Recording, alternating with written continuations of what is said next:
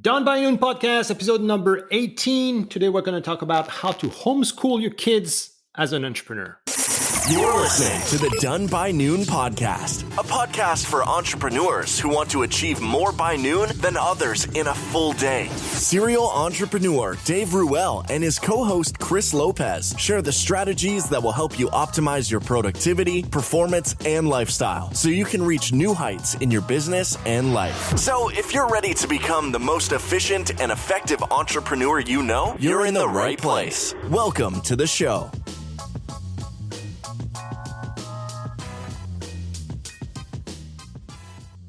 Yes, we have the Lopezes in the house. What's up, man? Hi. Hello. Hey, so we got Rozanne with us today. Chris's Hello. wife. Rozanne with a Z. Rozanne with a Z. Yeah, so it's a Rozanne. Rozanne, yeah. We're talking Pretty to much. you. Miss talking to you, Rozanne. That's why Yeah, I'm I like, miss talking to you too, Dave.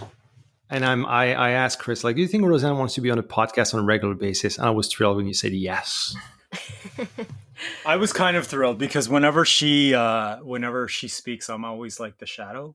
So I'm just kidding. That reminds me of Between Two Ferns with Zach Galifianakis when he was interviewing Brad Pitt. It was like, Bradley Pitts, do you often feel you need a tan? No, why? Because you're living your wife's shadow. Oh, that's so funny. He says it in the awkward Zach Galifianakis way. Yep. Oh man, so you guys in Canada for like a few days now. Like you're gonna leave next week, right? Yeah, we're leaving next week. We were supposed to leave earlier than that, but got bumped off our flight, which is fine. So we're here for another week. Get to enjoy the weather. We've been enjoying the fall. It's been nice. Yeah, we've been here for 5 weeks. Yeah. Yeah. It's already been 5 weeks. Jeez, It's been 5 weeks. Yeah. crazy. Yeah. It's insane. Because my God, the time goes so fast. And we're like, when was the last time we saw each other in person? It was a few years already. So Yeah, we're due. I was telling you that before before we got on air. That we're due. We're due for another. We're going to see each other if it's you guys come here, because I'm not going to Costa Rica with your mutant bugs. That's right. I forgot. You hate those things. Oh gosh, man, I can't. Oh, we're going to do it in the summer, man. Eh? We'll do it Summer. in the There's no summer. bugs in the summer. No. I mean, then we'll come here in the summer, and then we'll make something happen here. We'll get another cottage or something. Oh, dude, anytime, man. Maritime living in the summer is the best kept secret. Homeschooling. Yes. Homeschooling. She knows a That's little why bit I'm about here. that. I was always like, I admire how you were able to like Ray, and I always say that to Chris, like how you were able to raise 5 amazing kids, homeschool them, and do all the badass stuff that you guys are doing. Like, I mean, this is just like, for me, I'm like, okay, there's something there. They have some kind of secret that I need to know about. I only have 2, and I can't even match your guys' levels of like everything. It's pretty amazing. So you have 5 kids now, and how long you've been homeschooling for? Like, did they always were homeschooled? No, they weren't. So, well, 2 of them have always been homeschooled. So it's been over a decade now. We've been homeschooling. We decided to homeschool. We pulled our oldest out first out of middle school. And then the second had just finished grade 1, and the third had just finished kindergarten. And the 4th and 5th were home with me and as babies. So they've never been in school. I've been pretty much their main guide, teacher, everything. So they have no idea what it's like. But AJ had the most kind of school experience, although we had chosen for her a lot of different she had been our guinea pig. So she had been in Montessori, in alternative independent schools through the Toronto District School Board. She went to French immersion. She did regular public schools. So we had tried everything. And by the time she reached 12, I had just been over it. I've been over trying to supplement, try to continue her love of learning while being very much involved in her school life and the rest of the kids' school life. So the other two kids that were in school at that time were in a Waldorf-inspired alternative school, which was lovely. We were there at the inception. We were part of committees to help get it going. And I was pretty much every day involved in the school on every committee. And I was burning out because at the end of the day, I have 5 kids managing schedules. And as beautiful as the community was in these schools, our family life was hectic. It was like blocks of 2 hours. Okay, we got to go here. Okay, everybody get up. Okay, get in the car. Okay, drop off, get out of the car. It was logistical chaos. It was logistical chaos. And I just was exhausted. And for me, I don't know for Chris, but for me, my biggest inspiration from homeschooling were other families that had pulled their kids out and also wanted just time at home with their kids. So it wasn't like this thing I heavily researched. It was, we just had Q. Q was a baby, and I had a 2-year-old, a 4-year-old, a 6-year-old, 11-year-old, 12-year-old. And I could not do the logistics anymore. And I realized that other people were doing it, looking like they were happy, having beautiful rhythms at home. I'm like, okay, why don't we try this? And then we can always put them back in, because in Toronto or in Ontario, you can pull your kids out. You just, kind of let the school know. And at any point in time, you can put them back in exactly at the grade level that they're supposed to be in. So it seemed have pretty. You run any kind of tests like to like ensure that they like nope. You just put them back, so they don't really know like if they can read or even count. Let's say probably not even. So for example, AJ went to high school. She went to a sports specific public high school in grade 9. And we hadn't done really much in terms of traditional curriculum or the Ontario curriculum. And she went in and finished grade 9 on the honor roll. Wow. And she hadn't done any math, Dave. Like, she did grade 9 math with only coming in with grade 6 math. So it's not as if, like, I don't want to downplay, the school boards, but it's not hard to catch up if you need it. It's not hard if you want to put in the work in, getting extra tutoring. She was lost in grade 9 math the first week, but quickly caught up because she's a bright girl, hardworking student. And it's what she wanted to do. And we weren't even looking at grades for her. We were always monitoring her overall learning and her capacity to communicate, to work hard. So we were all surprised at the end of the year. We got a letter. We totally missed the ceremony. We did it because we didn't care. We got a letter. She's like, "Oh, Mom, I was on the honor roll. They called my name." I said, "Oh, sorry. We kind of missed that." Because for us, we made this like decision, a long time ago that it was never about the external rewards. It's internal. And so I never praised the kids like that. It's not about the outcome. So if they were little and made a painting, I never praised the painting. I praised, wow, that must have been cool doing it. How did that feel, the paint and the colors coming together? What do those remind you of? And the painting at the end was kind of like, oh, it happened. So through that, we are always about the process. We've always been, okay, how was that process for you? Was it challenging? Was it too easy? How could you do better next time? Or where did you fail? So it was just it's been kind of the culture of our house and I think we can only have done that through homeschooling, because we found with AJ in school in grade 9, of course you have this external motivation of grades, but it was just kind of hilarious that we didn't really notice, I was just really focused on how she was improving internally. And because I didn't like what I was seeing, we pulled her out. And so she stayed home in grade for the rest. That's it. She again was homeschooled after that.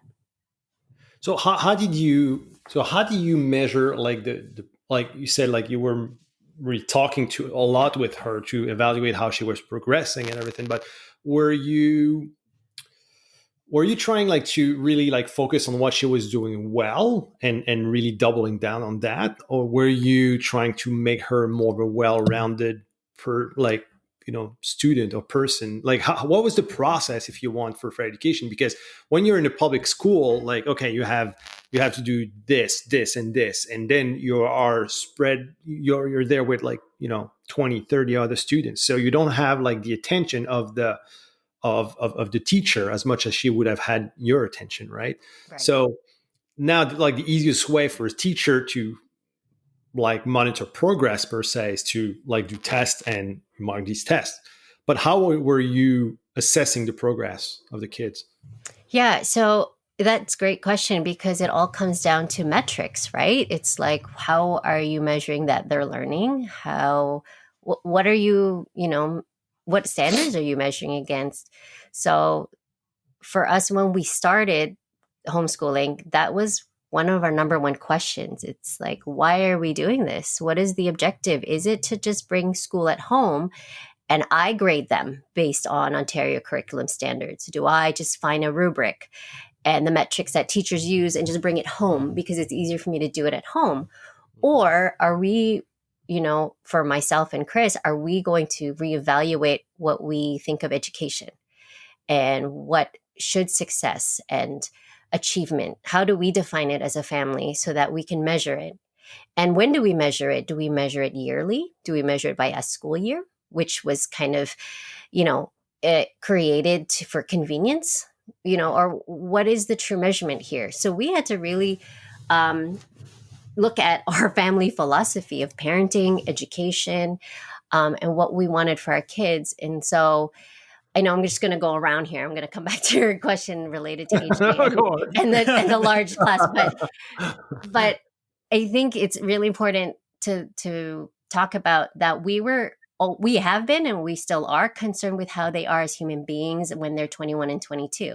Luckily, AJ is 22 now, and I'm very proud of her. And so our 10-year experiment, I can see the results from a more qualitative aspect of who she is. Does she follow through with her word? It's these kind of values that we always wanted our kids to grow up with. Are they hardworking? Do they, learn from their failures? Do they take risks?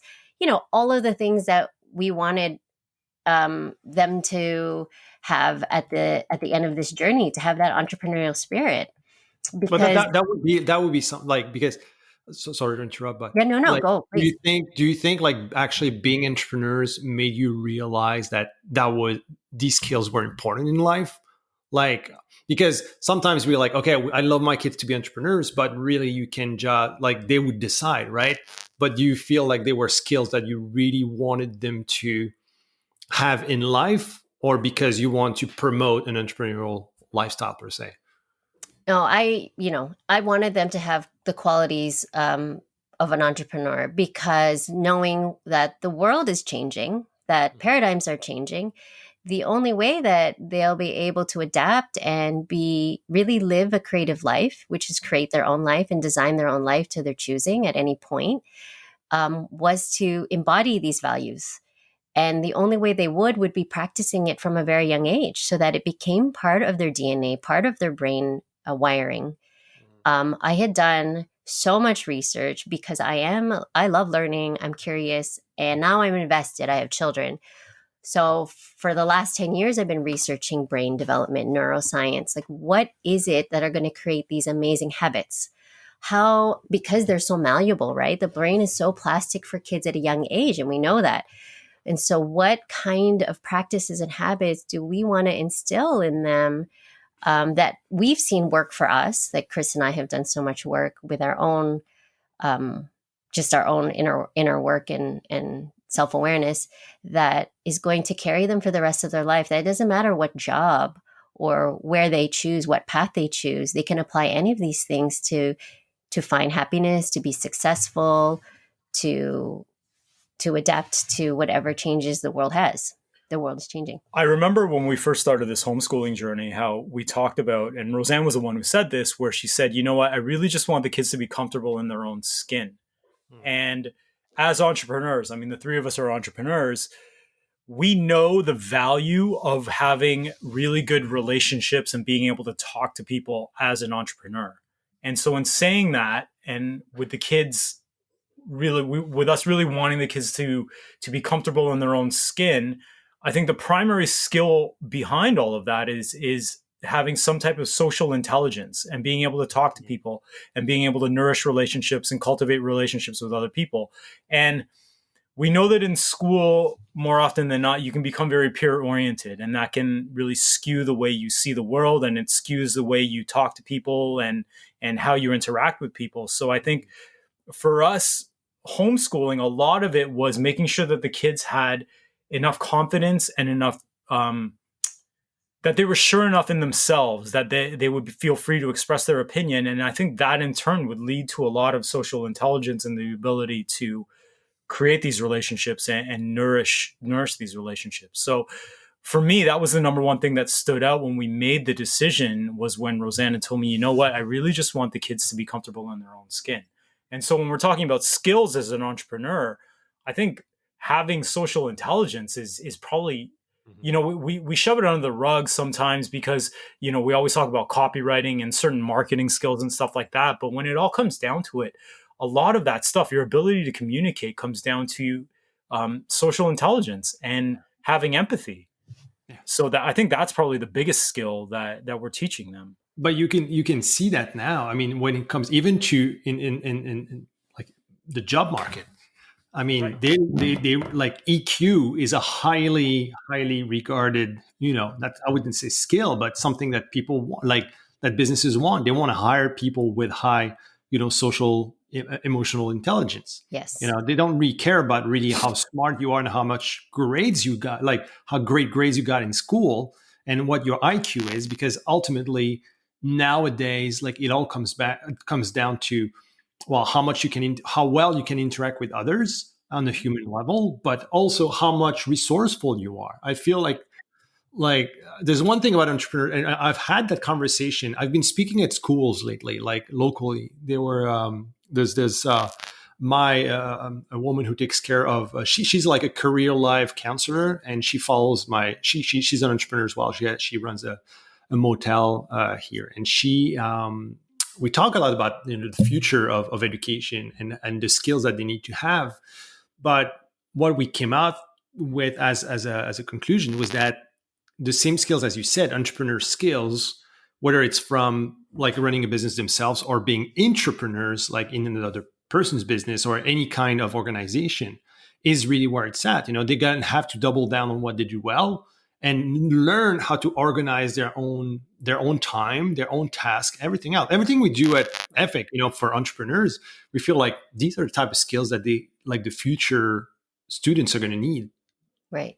Well, one of the things, so it was like working back from like, let's say 21, 22. So if we want to raise children that take responsibility for themselves, their own learning, being self-sufficient, independent, all the things we want for our children, we have to really be honest and work back. Okay, how do we begin with teaching that at a young age?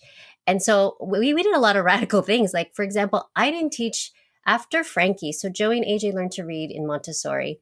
But after that, when we came home, Frankie was 5. I didn't teach Frankie, Mikey, or Q how to read. And they all can read. And they actually are all voracious, beautiful readers, like huge novels, reading all the time. I didn't, Dave, honestly, I did not teach them. And so it was such a fascinating. What was the process? Yeah, it was a fascinating process. And each one was so different. The first one, Frankie, I read to them. So one of the things that we do is we read to them all the time. We have books lying around, and it's never been a stressful thing in our house. It's not like, well, you have to learn to read. You have to sit down and read. It's like, I'll tell you a story. You let me know if you want to start reading.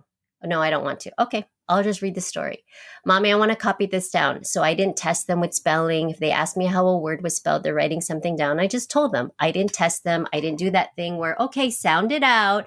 What do you I didn't do any of that. I told them what they wanted. I really respected their process. And what I found was when I really respected their time and took it as slow as possible, they came from them. It's like, you know what, Mama, I really need to read because I want to play this board game. Mommy, can you help me read this? Because I want to understand what this means. Mommy, I want to read about Harriet Tubman. We have this book. I really want to read it. Could you help me now? So it's not that I didn't teach them or guide them per se. It didn't come from me. It wasn't like, I need you to read for me. Yeah. You read when you need to read for you. And I will wait as long as it takes. So as soon as they were ready and they said, Mom, it really took a week. It took about a week or two. We go over sounds, we go over some quirks in the English language. We keep practicing. We write some sentences, look at grammar a little bit, and then they're off and running. It's been for me the most stress-free kind of environment in allowing it to come from them, to be self-directed. And I get asked that all the time. What about their basic skills? I'm like, we don't negate basic skills. I just wait till they're ready. And then learning comes fast. It comes fun in a fun way, and it comes from them, and it'll always come from them. So that there is no external motivation for my approval, for Chris's approval, because kids their age are at this level. We always in our house saying everybody is different. Everybody learns at a different pace. So when you allow a child to get comfortable in their own skin, as Chris says, then of course that in the end will build esteem, that builds confidence. Right. And that's all the things that we want later for them, to have that responsibility for themselves. And so it starts with all of these things, these little things in the beginning. It's like stripping away all the things that we had absorbed in traditional school and thinking, okay, how can we build not me per se build, but how can they build a different way of learning and a different system of education? Because ultimately they just develop their own systems. Right. Exactly. Their own ways of learning and implementing.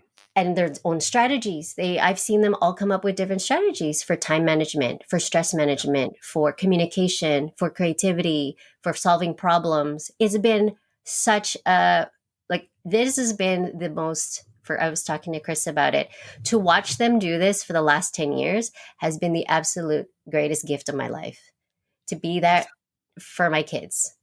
To just support I always them. ask myself that. I was like, do you like, because I watch your kids go. Like, I mean, we traveled together, like we went on vacation together, and Corinne and I were always like, the Lopez kids are amazing. They are smart. They do the dishes. You don't have to tell them anything. They are polite. Like they can, and the way they communicate, like the way they talk, I could sit down and have a talk with Frankie or Joey, and it felt just normal. You know what I mean? You could tell their social intelligence was just really well developed, and it felt so natural. And we're like, wow, okay, like how do we help that?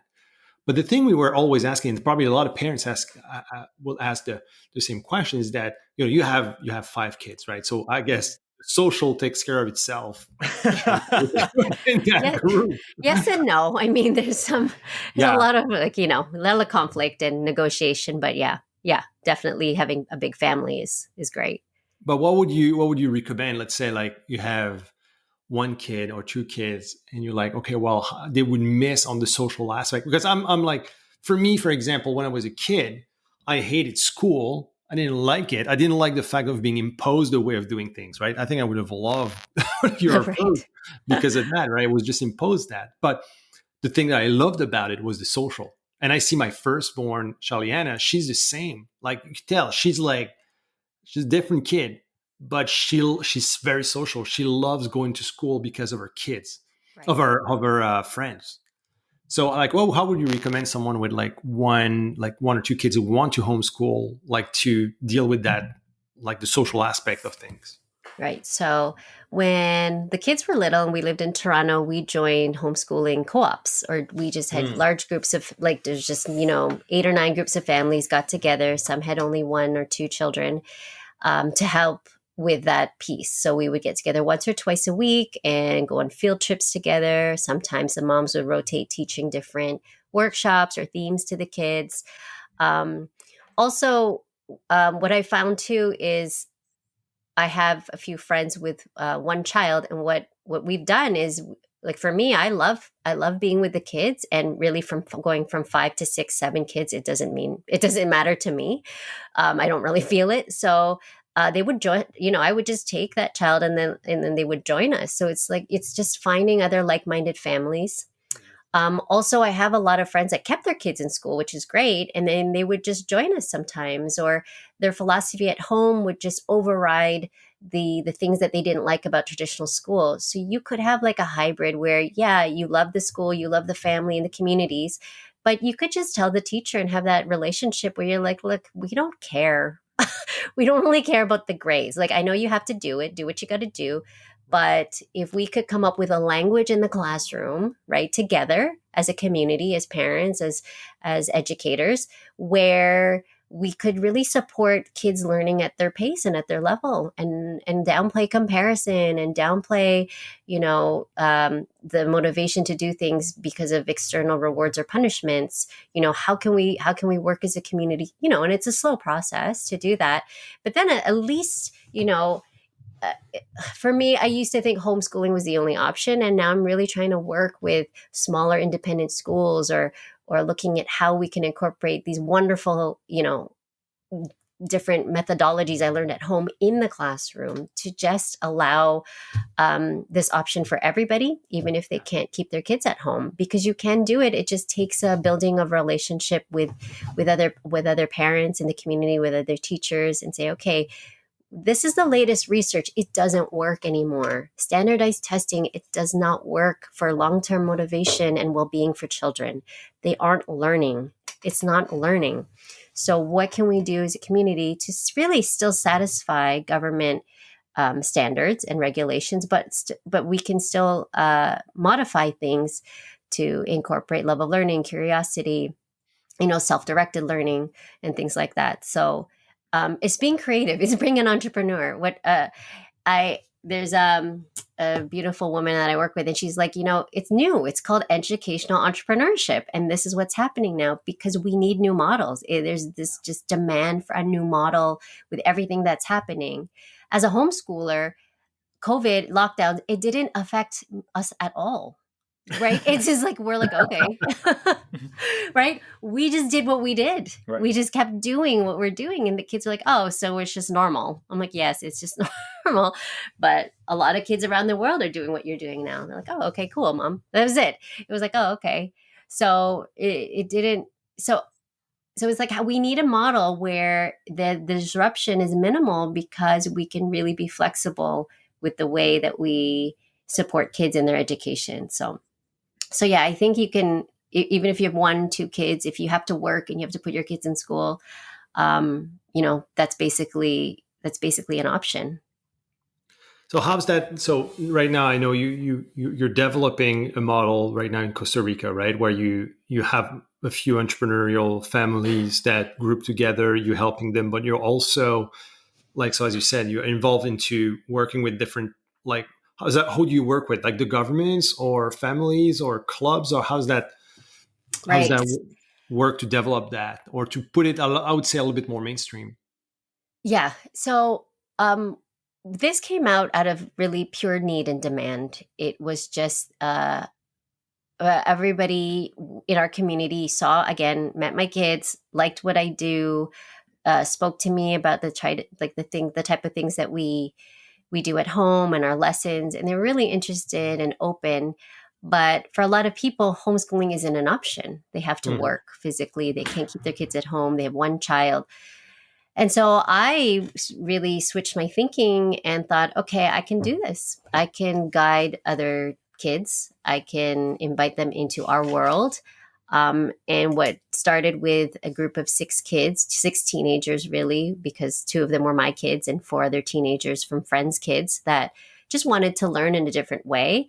It's now 50 kids from ages 5 to 17. And I've hired, what we call ourselves guides, not teachers. And I hired 5 more guides to help me, navigate this new model with these kids. And it's really taking what I've done, the homeschooling at home, and just scaled it up a little bit to incorporate other families, other kids. We have a lot of families volunteering and being a part of it. But at the end of the day, you do drop off your kid. It's really transformed in the last 2 or 3 months, where we moved locations, and it's an outdoor learning center. So it's not an official school. Partly because I want the flexibility and creativity to do things that we can't with traditional school requirements. If you're a school, there are certain requirements in Costa Rica you need, but you can be a learning center. We're providing tutoring, especially in this time where schools are closed or on Zoom. That's what we provide as well. And we've just kind of transformed based on the needs of the community.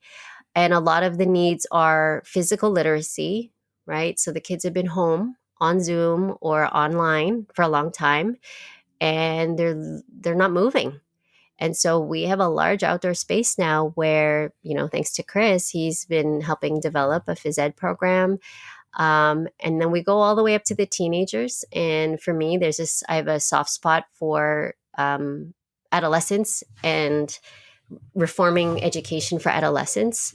I think for teens, what I've seen is that they want to work on projects that have a purpose, that they understand the context of things, that what is really going to, they beg me and say, no, what do I need to do to prepare myself for the real world?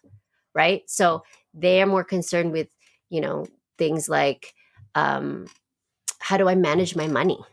Right. How do I communicate? Like, how do I sit in an interview? How do I pitch things? How do I, if I want to pursue certain forms of education, like, how can I afford it? Like, is there a way for me to apply for a grant? So I'm guiding them in this path that for them is more realistic than a traditional school that just fills them with, things you can Google. Which, why would I do that? Why would I waste my time? But Google changed a lot of things, right? Right. Because think about all the general learning you needed back in the days to accumulate, just because there was no Google. And now Google made a lot of things obsolete, where you don't have to, like, the just in case type of learning. You don't need that anymore. Like, you just do just in time, and you just, hey, I need that information. You can get it in 3 seconds, right? So that kind of changed the game fast, within 10, 20 years. Like, it just disrupted something that has been going on for, hundreds of years. Exactly. And schools still teach from textbooks, which I find hilarious. They teach from textbooks that have a recent edition, like they have to update the edition every year. I said, what? There's a thing called Google. Yeah. And, school budgets, like, how much are they spending on these antiquated methods and not just questioning, okay, why are we doing this still? Does this still make sense? Are we preparing the kids? What are we preparing the kids for? Right? Why are we still clinging to these methods? So for me, it's always about the relevance. Like, is this relevant? And kids are really great bullshit detectors, right? So they'll ask. Oh yeah, right? I did know. They'll ask, why am I learning this? And if I can't give them an answer, I ask myself too, I don't know why. Like, forget it. We're not going to do this. But the one thing that I've noticed is how to ask good questions. So that's such a key skill to problem solving, to creativity, to being innovative, is asking really good questions. And I don't think we're giving kids enough time to do that. And to ask good questions, you have to get to the place of boredom. You have to get to the place of sitting with a problem that may not have one solution or one way to get to the solution. There may be multiple angles here that they have to consider. And then asking really good questions. So any academic paper starts with a question. You have to ask a question. That's the point of your research, is that you will have to try to find an answer in a different way. And so that's what I push them, all the kids at all ages, is like, just sit with that question. Wow, that's a great question. Even if I know the answer, I make them sit with it. I don't know. What do you think? And through that comes more questions. Yeah. And not having to have the answer right away. So what I do, and a lot of parents sometimes, get a little nervous because sometimes we just sit and talk because the kids have so many great questions. And I just keep adding more questions, and then they just sit there and think. And so parents can't outwardly see what's happening, but because I've done this for so long and I've watched my children do this, when they get to 15, 16, 17, wow, all of the light bulbs, it's so exciting, go off. So the 10 years of asking questions, sitting with them, investigating, being curious, all of a sudden the dots start to connect as a teenager. oh, I remember when you said this, and then we looked at this, and so this connects. I'm like, you got it. I said, you got it. And then there's more questions, and it's not because there's a reward attached to it. It's just the thrill. It's what we read an article, my kids and I, we read an article called The Nerdy Dopamine Rush. And the nerdy dopamine rush is the love of learning. So there's no, it's not crack, it's not alcohol. It's like it's not social media. It's not social media. It's nerdy where you're learning something new and you get that rush of just for pure love of learning. And so if we can get every child to get to that nerdy dopamine rush, then they won't be tempted for these, negative short-term ones of social media, of poor eating, of drugs and alcohol. And so that was a light bulb moment for me, learning with them, with the kids, like, wow, dopamine this is actually what we're built for. We're built for learning. And there should be a rush with learning something new.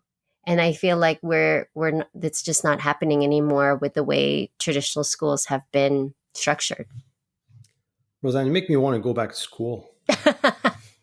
Chris, should we just quit our businesses and just go back to school? Oh my God, I know. It's like, just speaking to her, I already started looking up graphic design courses online. Because that's something that I've always wanted to do. And it's like, I think as adults, we always get into the mindset that this is our career and this is what we're stuck with and this is what we have to do. But I was listening to a podcast a couple of days ago, and one of the guys on the podcast was saying, it's not uncommon for adults these days to be switching interests and switching careers every 5 years. And I'm not saying that that's what I want to do, but I've always had different interests outside of, like we both got into the fitness industry together, and you've delved into productivity and B2B and that kind of stuff. And I've always been interested in design and some type of creative outlet, because I was always told when I was younger that I was not creative. And so just after speaking to Rozanne and understanding how the human mind works a little bit more, I've been wanting to delve a little bit more into other things. And it's just being able to, just having the freedom and the safety and security of knowing that, yeah, that's how the mind works. That's what you're supposed to be. You're just supposed to always be wanting to learn new stuff. But Rozanne, you're great. Like, how to communicate this better than anyone that I know. That's the thing. I think that's one of your superpowers. Thanks, Dave. But you re-communicate that, So my next question is that, like, how does someone, and that's actually a question I'm asking for myself too, is that, when you're an entrepreneur, like I said, Karen and I, we're both busy parents. Like, we both have our businesses and we're pretty busy. What would be a starting point to start integrating the Rozanne Lopez methods into, into our lives, right? Knowing that, yeah, we're busy. The kids are like, here we're in a rural area. There's not that many like-minded people. And like, where would we start? So if I were to just simplify for parents of young children, it would be, number one would be free play in nature. That's where my kids learned how to use their imagination and not rush them. So they would be playing outside, and then over time they would build stories about, they built this fort or this fairy house and the fairies are, and I would join in with the narrative, and sometimes I'd pull myself out and give them as much time as they can to explore, and not fill it. So that would be my biggest advice, would be don't fill the time if they can have it. So even if they have to go to school or a program, give them as much free time to wonder, to explore, to play, to be bored, and let them be bored. I do not advocate screen time for young children. We kept it to a minimum really up until 10, 11. And now still we don't have internet at our house, as you know. So it's been great. We've avoided all sorts of conflict in our house by just not having it. And we do limit screen time still, even with the older kids. Although the older kids, because they've had, we've really practiced time management with them, that they, even here in Toronto with unlimited internet, they've been really good at plugging their phones in downstairs at 8 o'clock, not going on screen time past certain times. They really built that discipline. So that's another thing I would say, just limit. I know it's not possible for a lot of parents, but even if it's, you just say, okay, I really need them on the screen because we need to prepare dinner. We need to do this. And then just choose something that's not on, for example, YouTube, because it could just keep flowing, like there's no end. Pick something that has a beginning and an end. There's a story.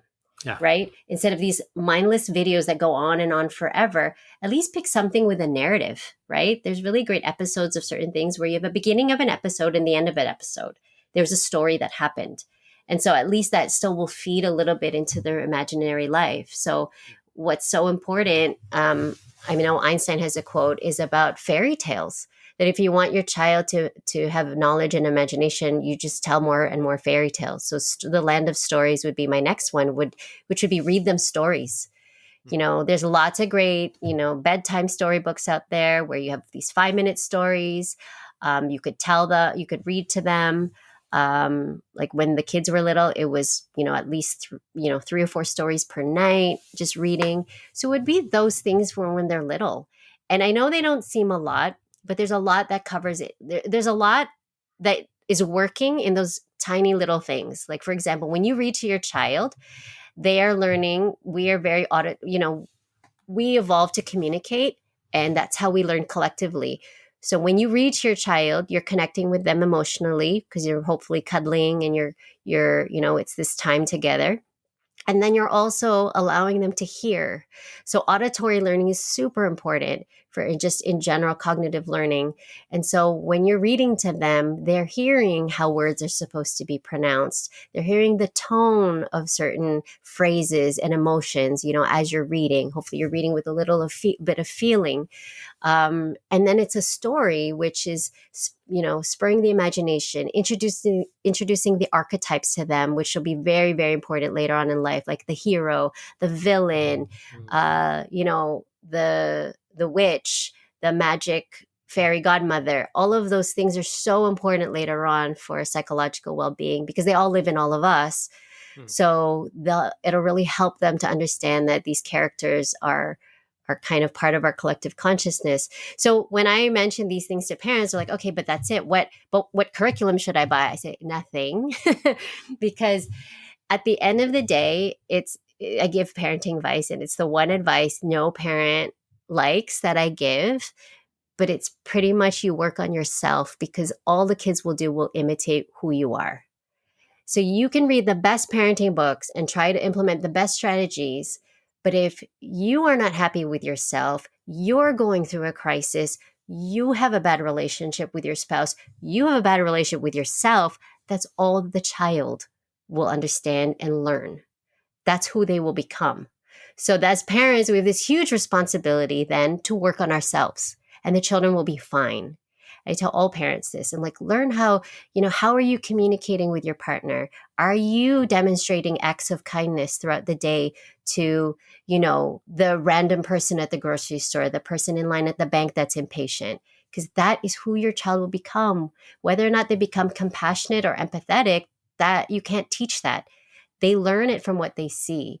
So all we do is whatever what we want for our children, we have to embody that. That's not fair that we have to tell them, I always tell parents this too, because if you don't start when they become teenagers, they will be the biggest reflections to you. Whether you like it or not, they will find every hypocritical thing and throw it in your face in front of your friends. So it's best to be, just to make your mistakes. Chris and I always have, and it hasn't always been pretty. We've argued and had conflict in front of the kids to show that, and also make up in front of them, also resolve things at the dinner table. We are very much, and that's what happens when you homeschool. You can't really hide, right? They're around all the time, 24/7. And so they're learning the social and emotional skills from Chris and I, really. And from the way we handle relationships, the way we communicate. So it's been such a learning curve for us that, when we see our kids argue and they say, they hurl things at each other, we're like, oh, we did that. oh, right, that sounds exactly like us. Okay, we gotta work on that. So I don't know if that helps a little bit for you, Dave, but really it's just these simple things, because I know your kids are still little, but it does so much. Oh, I'll have more questions, and you will come back on this podcast, Rozanne. Okay. Oh my God, it's such. I mean, that's the last thing you just said. It makes you realize that it's not a one-way street. It's actually like there's more to it, and I totally agree. Like Karen and I talk about that all the times. Like that's important for us to, like, don't we're going to argue sometimes, but show them how conflict resolution, what it Yes. looks like. Show them like how to say that you're sorry or that Yeah. you're wrong, or explain why. And it happens sometimes. You get carried away and you just like, you speak a little bit louder than you should, and they pick up on that, right? They see that. And I remember a couple of times, Charliana was like, don't yell at each other, I don't like that, or she was voicing that, right? Mhm. And we're like, no, we're not. It's like, we're not mad at each other, we're just talking loud. But it's like, but you are right, we should not talk to each other like this, and I'm sorry to you, and I'm sorry to mom, and things. So we're trying to explain as much as we could. But you're right, you got to show the example. We praise that all the time. Like we've talked about it, Chris and I, on the podcast many times, that it all starts with you.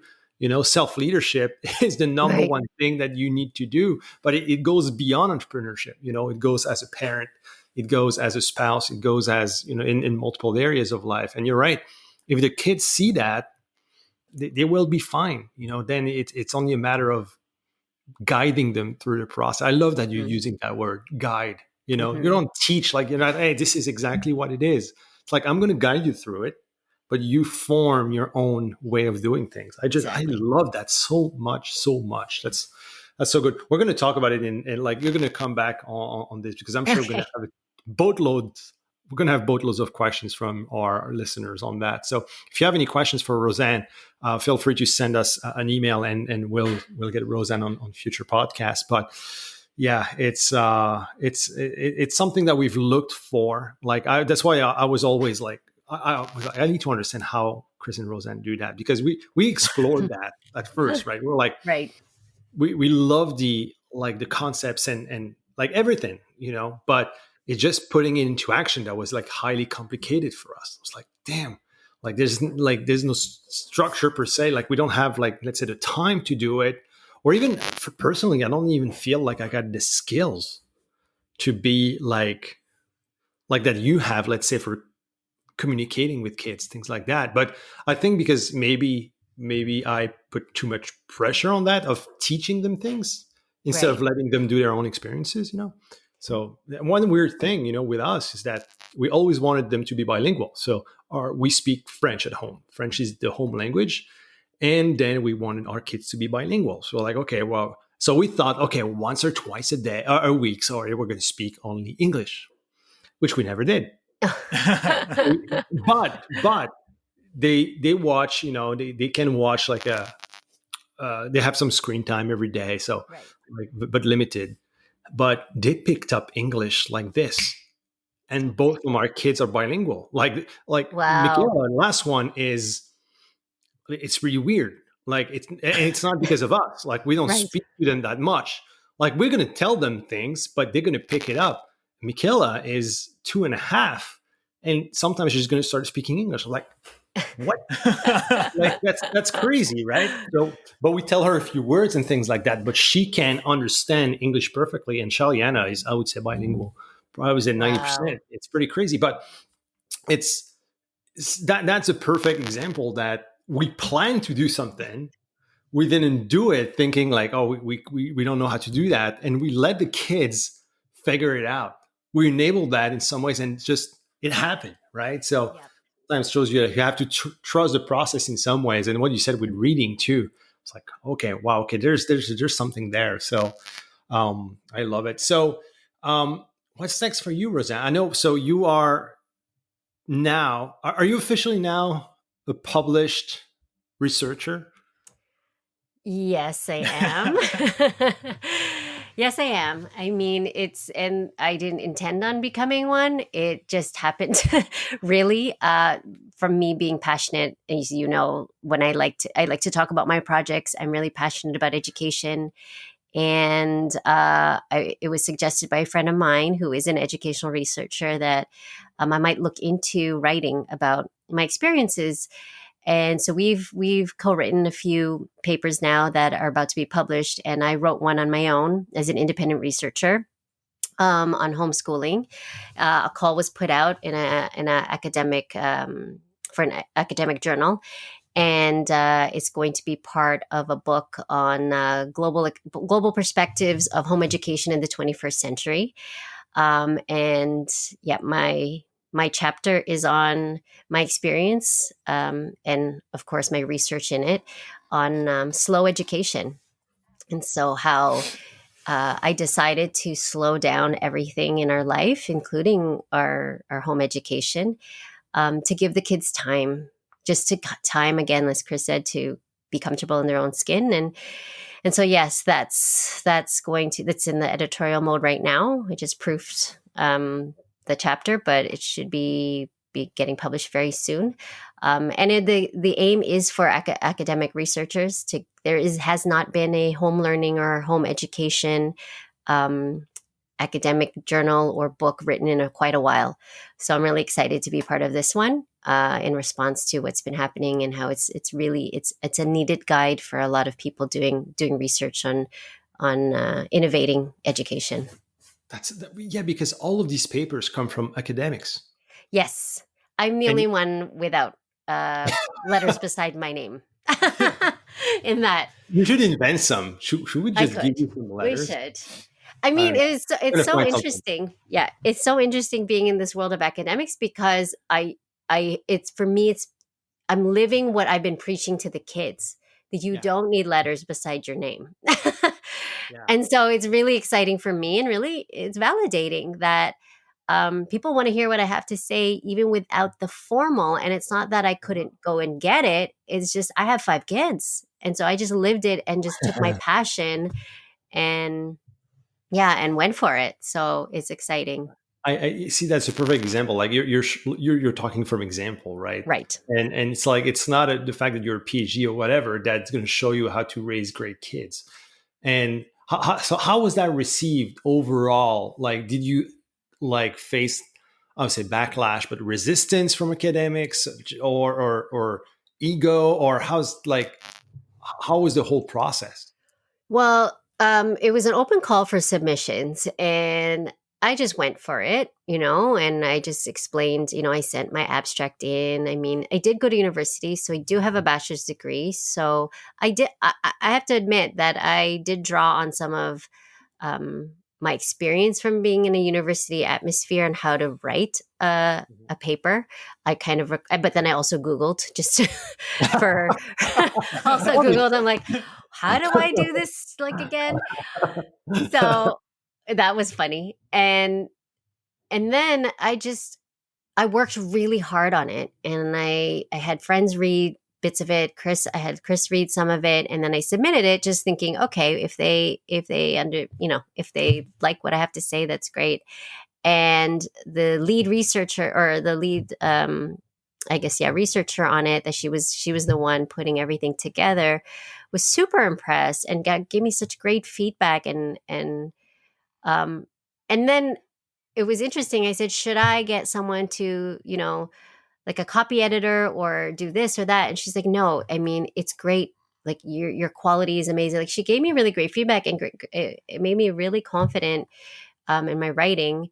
So no, I didn't get any. It was lovely because you could tell it was about the quality material. And I would have been okay. I would still be okay if it was rejected. I'm like, okay, then it's not something. But the fact that I didn't even know who else was being published until I got the proof of the whole book, and I saw the table of contents, and I'm like, holy shit. Like these are major people. Yep. These are major people. And I am the only one there. At first I'm one of the other writers is Carlo Ricci. He's from Nipissing University. He's been kind of like I've been a fan of his and his research on unschooling in Canada for so long. I remember reading him way back when I was researching unschooling and different types of education. So he has a chapter in it. So I find that quite amazing for me, that this PhD that I've been looking up to and researching and using some of his work to really inform what I do with the kids, I'm writing something, my piece is in the same publication as his. So that's kind of mind-blowing for me. And another thing that I'm going to be doing is I'm co-presenting with a friend of mine our research on how we transitioned to virtual learning during COVID, specifically tutoring the kids that that are not my kids. And we're presenting in April at the American Educational Research Association's annual conference. So it's one of the biggest educational research conferences there is. And our paper, out of 10,000 papers were submitted, and we're one of the presenters. Wow. So our data and our research, when I switched in March, when we shut down, I went immediately the next day online with my group and documented what we did and how I focused on social emotional support for these kids and not on the academics, and saw such great progress and such amazing, really, again, qualitative results that we wrote about it. And yeah, so that's coming. And again, we're probably the only, well, she has a master's, but I don't have postgraduate, I don't have any graduate degrees. So this is also exciting for me to be able to do, and now put on this hat of education researcher, which just kind of fell into my lap. I don't think it fell into your lap. I think this is the result of, years and years of doing what you do. And I think this is so, you deserve it more than anyone else. I've been looking from the side, what you've been working on, and I'm just, it's just fantastic, Rozanne. I think it's just a beginning for you when it comes to, you're really a pioneer when it comes to it. And I feel like you're reinventing the way education should be. And I think, correct me if I'm wrong, but I think COVID accelerated the process quite a bit on how education should be. Yes. In some ways. Like, it really transformed the way we educate our kids. And that just exposed the flaws of the education system, right? So huge. I'm so happy for you. I just can't wait to continue that conversation. We're going to have more episodes. We're going in an hour now, but oh wow, I know we're going to have that. But I'm sure we're going to have a boatload of questions. If you are, and yeah, when it comes to your reading, I've told you that for years and years. I'm a big fan of your writing. Sorry, I'm a big fan of your writing. Is that rozannelopez.com, your blog? Yes. And I apologize, it has been updated. I've been a little busy with other side projects, but yes, but I have, really?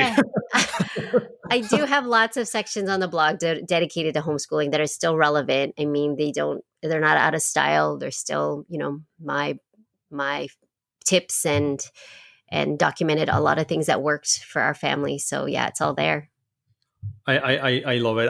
I think I read pretty much all your blogs. I love one of the last ones when you read Craig's book. Oh yeah, I loved it.